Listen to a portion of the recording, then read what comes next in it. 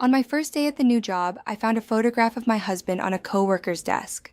I didn't gasp. I didn't drop my coffee. I smiled the way you smile at a stranger, tilted my head and asked, "Oh, who's this? He's handsome." She lit up like I'd handed her a gift. "That's my fiancé, Adrian. We've been together 2 years. He proposed at Christmas." She turned the frame toward me so I could see it better, the way people do when they're proud. "We're buying a place downtown. I still can't believe it's happening."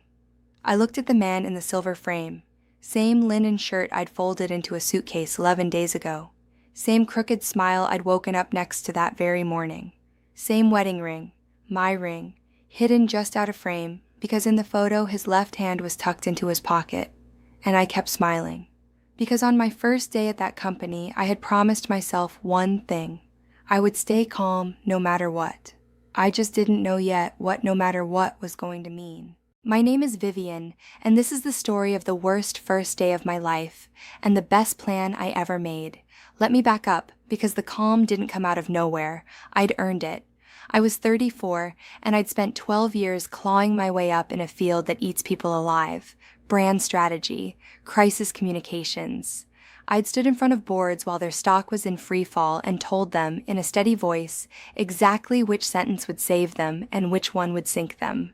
I'd talked reporters off ledges. I'd rewritten a CEO's apology at 2 a.m. and watched it turn a scandal into a comeback by lunch. So when Lumen Strategy Group offered me a vice president seat in their Manhattan office, I took it as the natural next step, a fresh start at a firm with real clients and real money. My husband, Adrian, had opened a bottle of wine the night the offer came through. He'd toasted me. He'd said, "You're going to run that whole place inside a year." He'd hugged me from behind while I stood at the stove and murmured into my hair, "I'm proud of you, Viv. I mean it." That was Adrian. Warm, attentive, the kind of husband other women's husbands got compared to unfavorably. He worked in finance, private equity, then his own advisory work, and he was always busy. Late dinners, weekend calls with clients in Singapore and London, conferences in cities I never quite pictured him in. I trusted him, completely. The way you trust that the floor will hold when you step out of bed in the morning. You don't think about it. You just walk. For 6 years of marriage, the floor held. Then I walked into Lumen on a Monday morning, and it opened up under me without a sound. The office was all glass and pale wood, that expensive kind of quiet where you can hear the elevators breathe. A recruiter named Priya walked me to my desk on the 22nd floor and pointed out the essentials: kitchen, printers, the corner where the good coffee lived. My desk sat at the end of a row, separated from the next by a low frosted divider. And on the other side of that divider was a young woman with a curtain of glossy dark hair, arranging pens in a cup like she was setting a table for company. She popped up the second she saw me. "You must be Vivian. I'm Bethany. Everyone calls me Beth. I'm the associate on the accounts team. I'm going to be helping you with, everything." She had a bright, unguarded energy, the kind that hasn't been sanded down by enough hard years yet. "I'm so glad it's you. We really needed someone senior." "It's nice to meet you, Beth," I said, and I meant it. I shook her hand. I set my bag on my chair. I opened my laptop and started building the mental list I always built on a first day. Meet the team, pull the client roster, find out where the bodies are buried before anyone hands me a shovel, and then my eyes drifted, the way they do, across her side of the divider, past the pen cup, past a little jade plant in a white pot, to a silver frame, polished so clean it caught the ceiling lights. Adrian. Not someone who looked like Adrian. Not a cousin. Not a coincidence. Adrian. The linen shirt I bought him in Big Sur on our anniversary, the one with the small snag on the second button that I kept meaning to fix. The exact tilt of his chin, the exact crinkle at the corner of his eyes that I had, until that morning, believed belonged only to me. The room went very loud, and then very far away. I felt the blood leave my face, then rush back too fast. My hands were flat on the desk, and I made them stay there. I've heard people say that in a moment like that, everything slows down. It's true. I watched Beth turn back to her monitor and hum a little to herself, and I thought with a strange, cold clarity, she has no idea. She has absolutely no idea who just sat down next to her. And a second thought, quieter, underneath the first, neither does he. I did not confront her. I want you to understand that this is the whole game, right here, in the first 10 minutes. The difference between people who get hurt and people who get even is that the ones who get even shut their mouths and open their eyes. So I smiled, and I asked the softest, most casual version of the only question that mattered. 2 years. Wow. How'd you two meet? Beth swiveled her chair back toward me, delighted. People always want to tell their love story. A conference, actually, down in Miami, last spring. He was speaking on a panel, and I basically ambushed him at the coffee station afterward. She laughed. He said I was the most persistent person he'd ever met. He said that's what made him fall for me. Miami. Last spring. I did the math without moving a muscle in my face. Last spring, Adrian had told me he was in Miami for a client off-site. He'd texted me a photo of a hotel balcony at sunset. Wish you were here. I'd saved it. That's such a sweet story, I said. And he proposed at Christmas? Christmas Eve. She held up her left hand, and there it was, a diamond, radiant cut, easily 3 carats, throwing knives of light across the divider. He said he wanted to start the new year knowing I was his forever. I looked at that ring, and I thought about the thin gold band on my own finger. Adrian had told me years ago that he didn't believe in flashy rings, that love wasn't a stone you could weigh. That simple was elegant, and elegant was us. I'd loved him for it. I'd told friends about it. He's just not that guy. He doesn't need the show. Turns out he was exactly that guy. He was just saving the show for someone else. What does he do? I asked. Finance. He's actually about to launch his own fund. It's a huge deal. He's been working on it for over a year. Her eyes shone. He works insane hours, late dinners, travel, all of it. But he always makes time for me. He's the real thing, you know. I do know, I said. He sounds like the real thing. I turned back to my screen. On it was my onboarding checklist, blinking, waiting. I couldn't read a single word.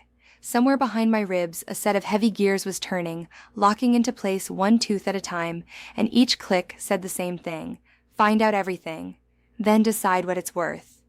At 11, Priya walked me into the managing partner's office for a welcome chat.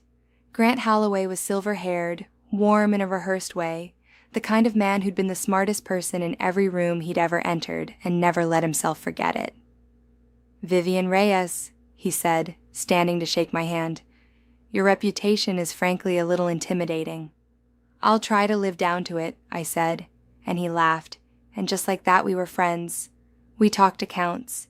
He walked me through the roster, a hotel group, a biotech firm, a family foundation. Good, stable work. Then he leaned back and steepled his fingers. There's one I want you on personally, big one.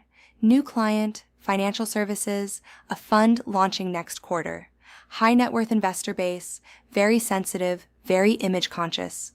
The founder wants a full launch campaign, positioning, press, an investor event, the works. It's exactly your kind of thing. He slid a folder across the desk. I want my sharpest person driving it. That's you. I opened the folder, and there, on the cover page, in clean modern type, was the name of the fund. Highline Capital Partners. Founder and CEO, Adrian Reyes. My husband's name. My husband's fund. Landing on my desk, wrapped in a bow, the account I was now personally responsible for delivering. I have been in this business a long time. I know how to keep my face flat while my whole world tilts. I looked up at Grant and I said, in a voice as smooth as glass, "This looks fantastic. When do I meet the founder?" "He's coming in Thursday for the kickoff," Grant said. "You'll love him. Everybody does." Yes, I thought. That's rather the problem.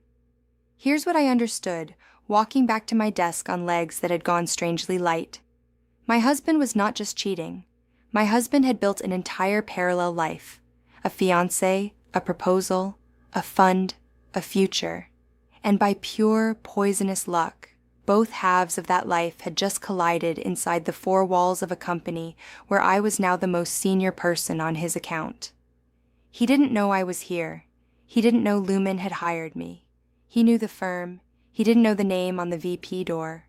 Beth didn't know my last name matched the man in her silver frame. I'd been introduced as Vivian, and Reyes is common enough.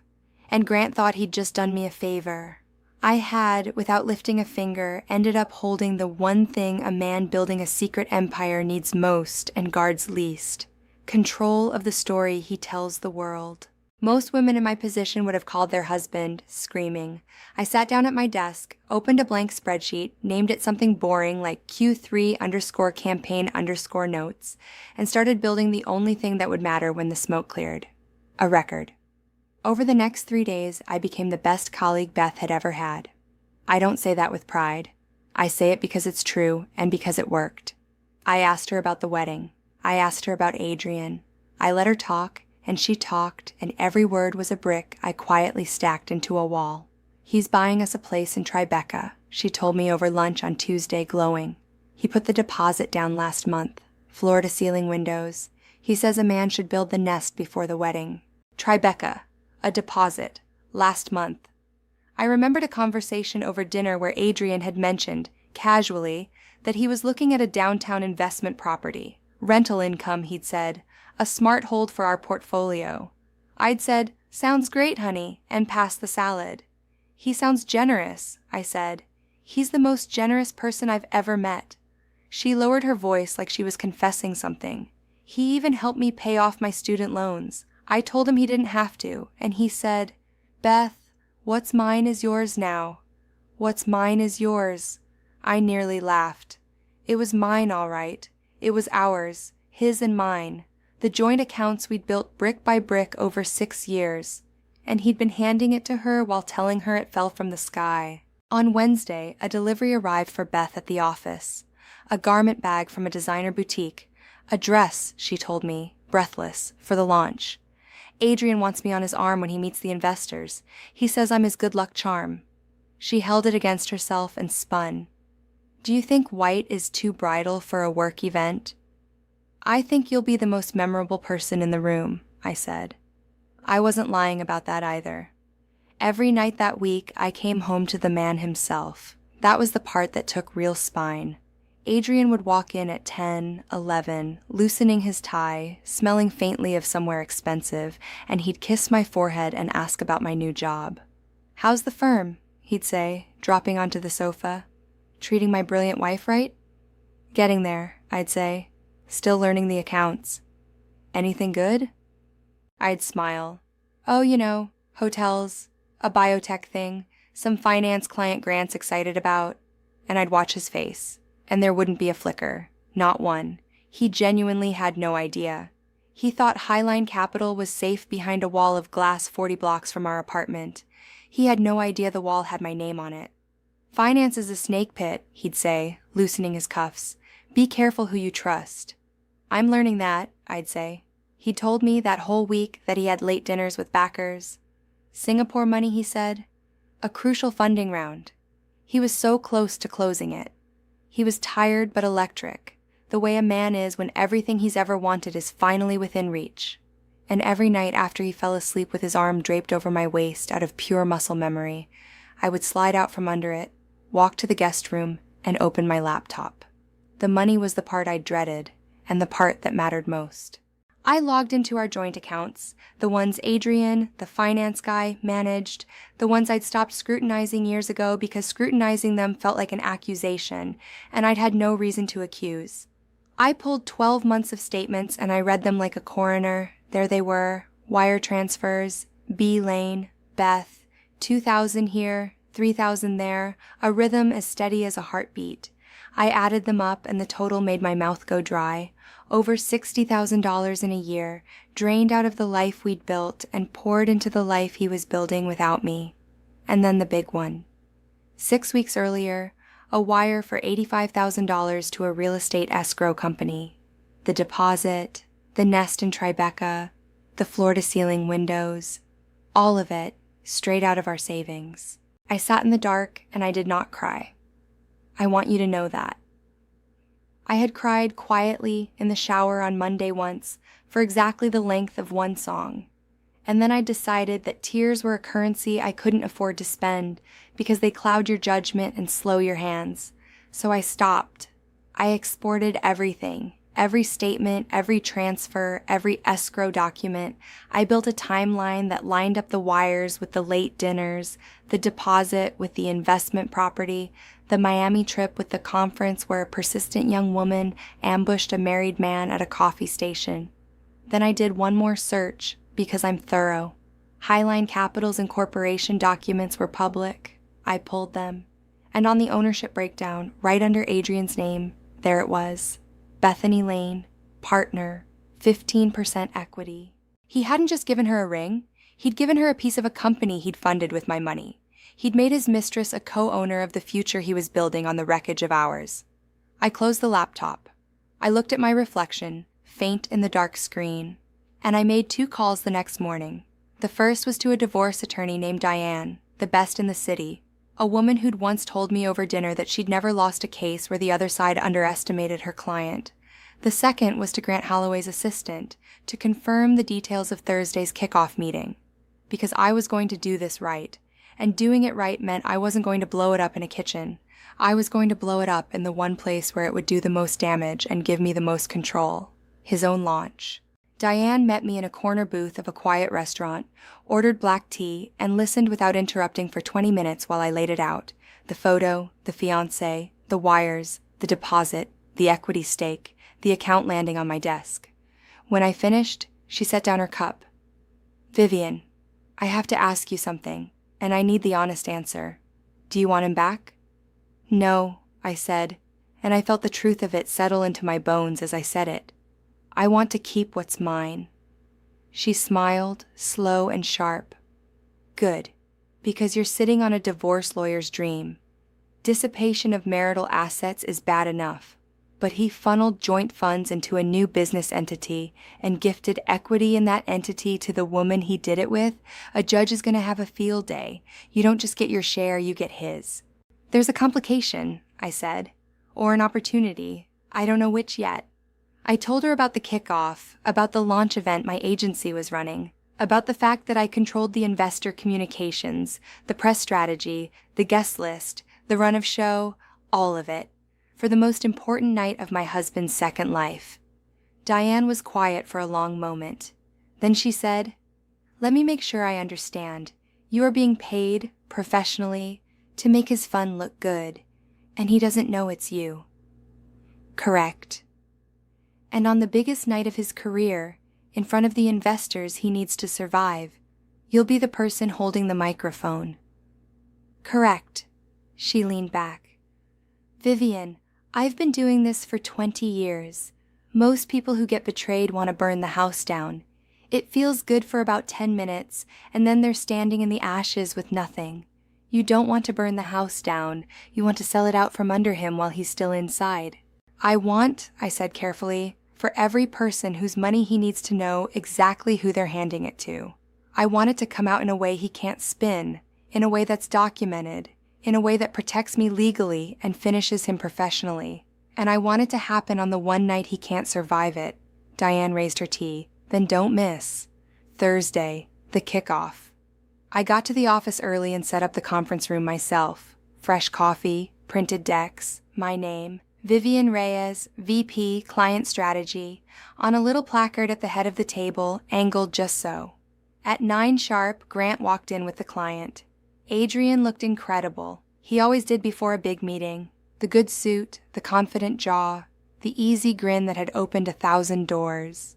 He was mid-sentence with Grant, laughing at something, and he didn't see me until he was 3 steps into the room. I watched it happen in real time. The laugh died on his face. The color drained the way it had drained from mine on Monday. His eyes went to the placard, then to me, then back to the placard, and I could see his brain sprinting to catch up with a reality that made no sense.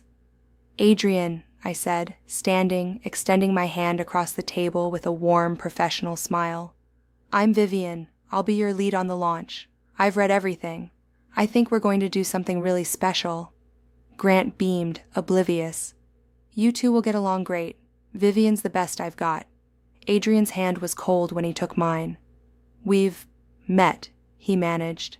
"Have we?" I said lightly, releasing his hand and gesturing to his chair. "Small world. Shall we dive in?" And I ran that meeting. I ran it beautifully. I walked him through positioning and messaging and press angles, and I asked him smart, probing questions about his investor base. Who was anchoring the round? Who was still on the fence? Who needed the most hand-holding? And he answered them because Grant was watching and he had no choice, and because a man with a public reputation cannot flinch when his wife is smiling at him across a conference table asking about his money. I got names. I got the guest list for the launch. I got the anchor investor, a man named Warren DeVoe, an old money type whose commitment the whole round depended on. If DeVoe was in, the others followed. If DeVoe walked, Highline was dead. By the end of the meeting, I knew exactly which thread to pull. As everyone filed out, Adrian lingered. When Grant was out of earshot, he leaned in, voice low and urgent. "Viv, what is this? What are you doing?" "My job," I said, gathering my papers, not looking up. "Same as you." "We need to talk. Tonight. At home." "Sure," I said, and smiled at him the way Beth smiled at his photograph. "We'll talk tonight." That night he tried everything. He came home early, first time in months, with flowers, which told me exactly how frightened he was. He sat me down. He said there was something he'd been meaning to tell me, which is the sentence every liar reaches for when the truth arrives before they're ready. "It's not what it looks like," he said. "It looks like a fiancé," I said. "It looks like a 2-carat ring. It looks like a fund with your name on it and $85,000 of our money in a Tribeca escrow account. What is it, Adrian, if it isn't that?" He went pale. He hadn't known I knew about the money. I watched him recalculate, and I watched him decide in real time to keep lying anyway, because that's who he was, all the way down.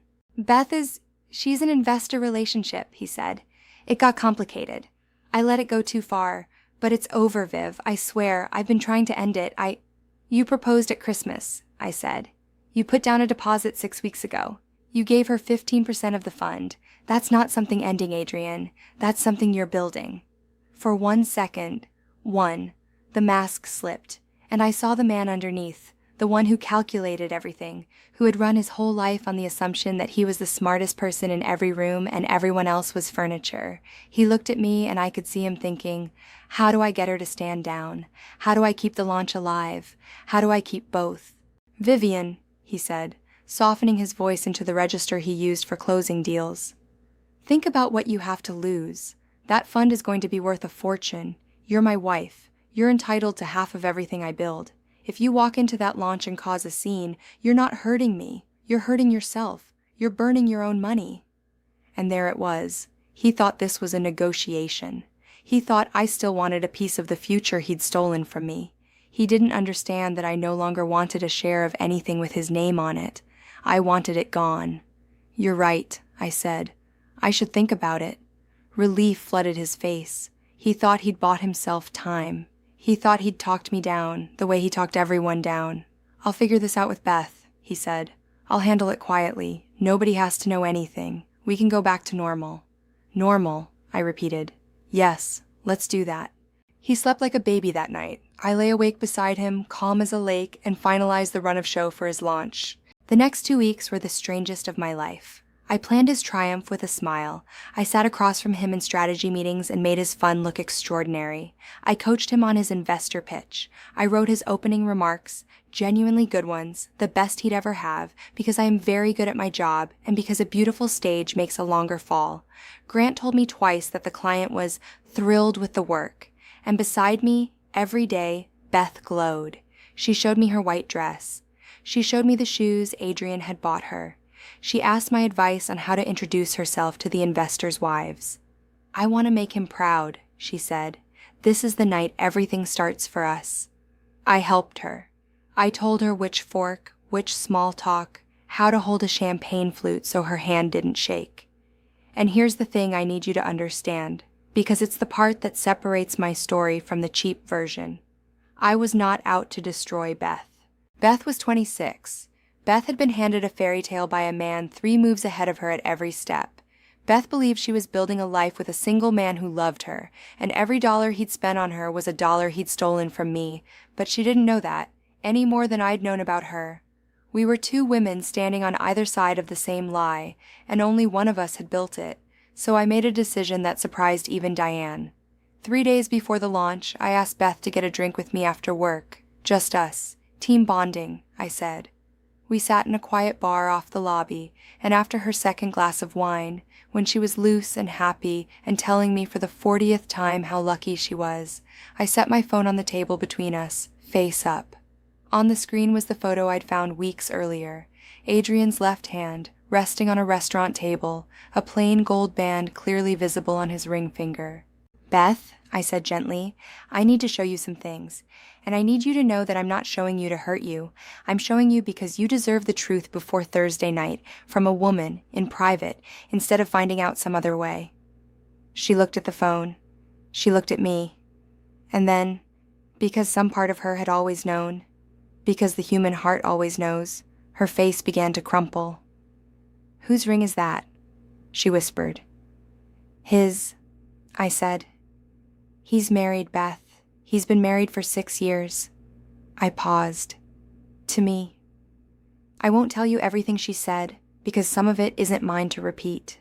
There was shock, and there was denial, and then there was the specific, terrible math a person does when they realize every beautiful memory was a transaction. The Miami balcony, the proposal, the nest, all of it built on a floor that had just opened under her the same way it had opened under me. "The loans," she said at one point very quietly. "He paid off my loans. He said it was ours now." "It was ours," I said. "His and mine. He gave you my money and told you it was a gift." She put her face in her hands. When she surfaced, her eyes were red, but her voice had gone flat and hard in a way I recognized, because it was the same flatness that had come over me in that conference room. "The equity," she said. "The 15%. He gave me equity in the fund." "He did." "Because it makes me look invested. It makes the fund look like it has more than one believer." She laughed, an awful little sound. "I'm not a partner. I'm decoration. I'm a prop for the investors." She'd figured it out faster than most. I felt something for her then. Not pity exactly. Solidarity. "Thursday night," I said. "He's going to stand up in front of the people whose money he needs, and he's going to sell them a story. Warren DeVoe is the anchor. If DeVoe commits, the round closes and Highline lives. If DeVoe walks, it dies before it's born. I let that sit. I'm the one running the room. I control the microphone, the schedule, the guest list, and every word of press that goes out afterward. I have the wire transfers. I have the escrow documents. I have the incorporation papers with both our names on them, and I have a lawyer who is very, very excited." Beth wiped her eyes. "What do you want from me?" "Nothing you don't want to give," I said. "You can walk away right now and never see either of us again, and I'll make sure your name comes out of this clean. You're a victim of fraud, and my lawyer will document it that way, which protects you.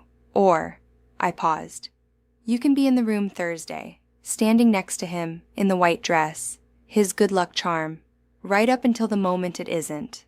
She was quiet for a long time. Then she said, "He told me I was the smartest woman he'd ever met." Her jaw tightened. "Let's find out if he was lying about that too."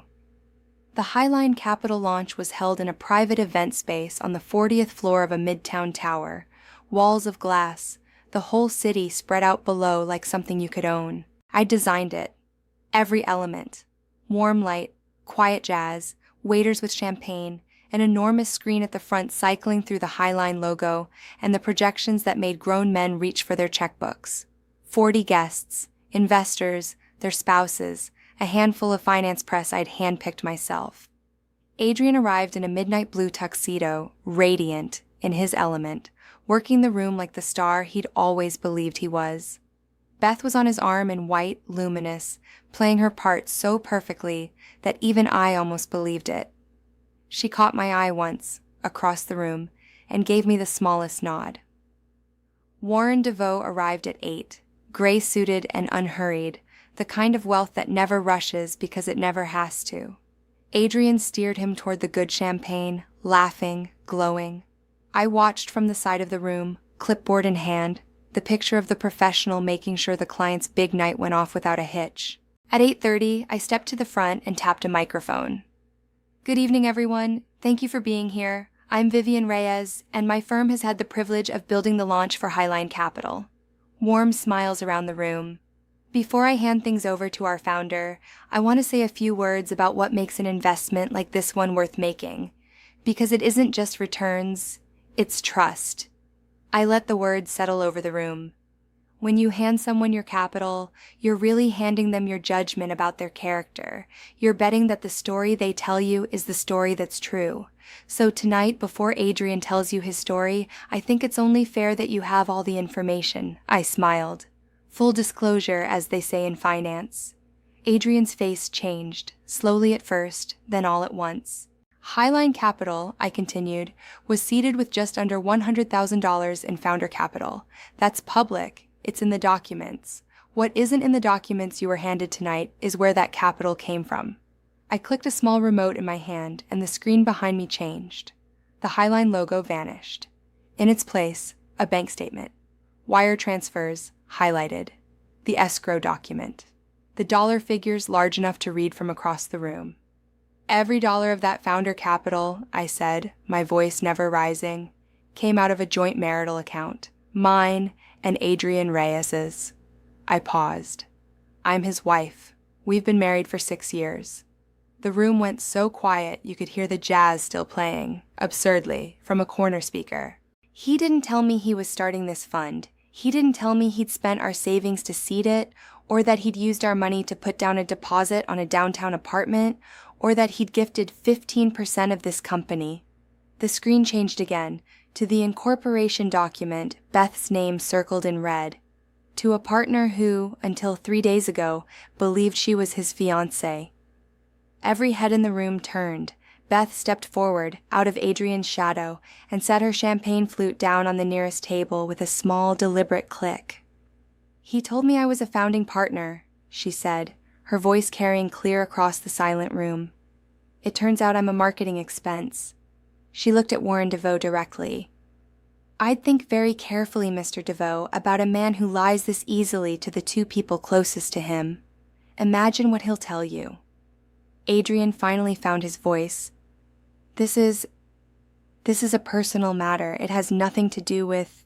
It has everything to do with it, Warren DeVoe said quietly. He was already setting down his glass. He looked at Adrian with an expression I've only ever seen on men who've just realized they nearly made an expensive mistake. A man who embezzles from his own marriage to seed a fund is a man who will commingle my capital the second it's convenient, and the lawsuit that's clearly coming would freeze this fund for years. He buttoned his jacket. I'm out, and I'd advise everyone in this room to do the same. He walked out, and like a row of dominoes, the others followed. In finance, the smart money watches the smartest man in the room, and the smartest man had just left. Within 10 minutes, the event space was emptying, investors murmuring into their phones, the press already typing. The screen behind me still glowed with the evidence, cold and bright over the wreckage. And then it was just the 3 of us, me, Beth, and Adrian, standing in the center of a ruined room in his beautiful tuxedo, under the logo of a company that had just died in front of 40 witnesses. He looked at me, not with rage. That came later, in the divorce, in the depositions where Diane took him apart piece by piece. In that moment, he just looked lost, like a man who'd finally run out of rooms to be the smartest person in. You destroyed everything, he said. I looked at him for a long moment. The man I'd loved, the man I'd trusted the way you trust the floor. No, I said. You spent 3 years building something out of lies and my money. All I did was turn on the lights. I set the microphone down on the table. You lit the match, Adrian. I just opened the door so everyone could see the fire. Beth was already gathering her coat. At the door, she stopped and looked back at me, not warmly exactly. We weren't going to be friends, but there was something between us, an understanding forged in the same fire. Thank you, she said, for telling me in private, for letting me choose. Take care of yourself, Beth, I said, and I meant it. She left. I picked up my clipboard, walked past my husband without another word, and stepped into the elevator.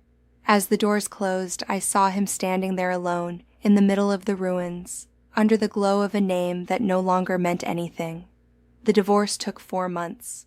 Diane was every bit as good as her reputation. The dissipation of marital assets, the equity gift, the escrow deposit, it all came out exactly as documented because I documented all of it from that very first Monday. The Tribeca apartment was sold. The savings were traced and returned. Adrian didn't just lose half. Between the legal fees, the collapsed fund, and a judge who did not appreciate being shown a man who'd stolen from his wife to fund his mistress, he lost nearly everything. Beth's name came out clean, exactly as I'd promised. She left Lumen, moved to Chicago, and last I heard she'd started over in a career that had nothing to do with either of us. Good. She deserved a floor that would hold. I stayed at Lumen. Grant, once the shock wore off, promoted me. Turns out running a flawless campaign for the client who then destroyed himself is a strange kind of proof that you're the best strategist in the building. Within the year, exactly as Adrian had once toasted, I was running a large part of that place. People ask me sometimes, the few who know the whole story, whether I regret how I did it. Whether it would have been more dignified to just leave quietly, to take the high road. Here's what I've learned. The high road is a story people tell to convince the wrong to make things easier for the people who wronged them. I didn't owe Adrian a quiet exit. I didn't owe him the chance to spin the story, hide the money, and land softly in the future he'd built with my life. I gave him exactly what he gave me, the truth, all at once, in the last place he expected it, with no warning and no mercy. I don't hate him. Hate takes energy, and I've got better things to spend mine on. But I don't forgive him either, and I never will, and I've made my peace with that. Some bridges you don't rebuild. Some bridges you burn, and then you stand on the far bank and watch them go, and you feel nothing but the clean, cold wind on your face and the ground steady under your feet. On my first day at that job, I found a photograph of my husband on a coworker's desk. I kept my cool, and I asked one small question. It was the best question I ever asked, because it didn't end my life. It handed me back the one I should have had all along. If you made it to the end, that steady, cold clarity Vivian found, that's not revenge. That's what it feels like to finally stop lying to yourself. Sometimes the strongest thing a person can do is stay calm long enough to see the whole picture. Tell me in the comments, would you have asked the question or walked away? And if this story hit something in you, subscribe, because there's always another bridge, and there's always another fire.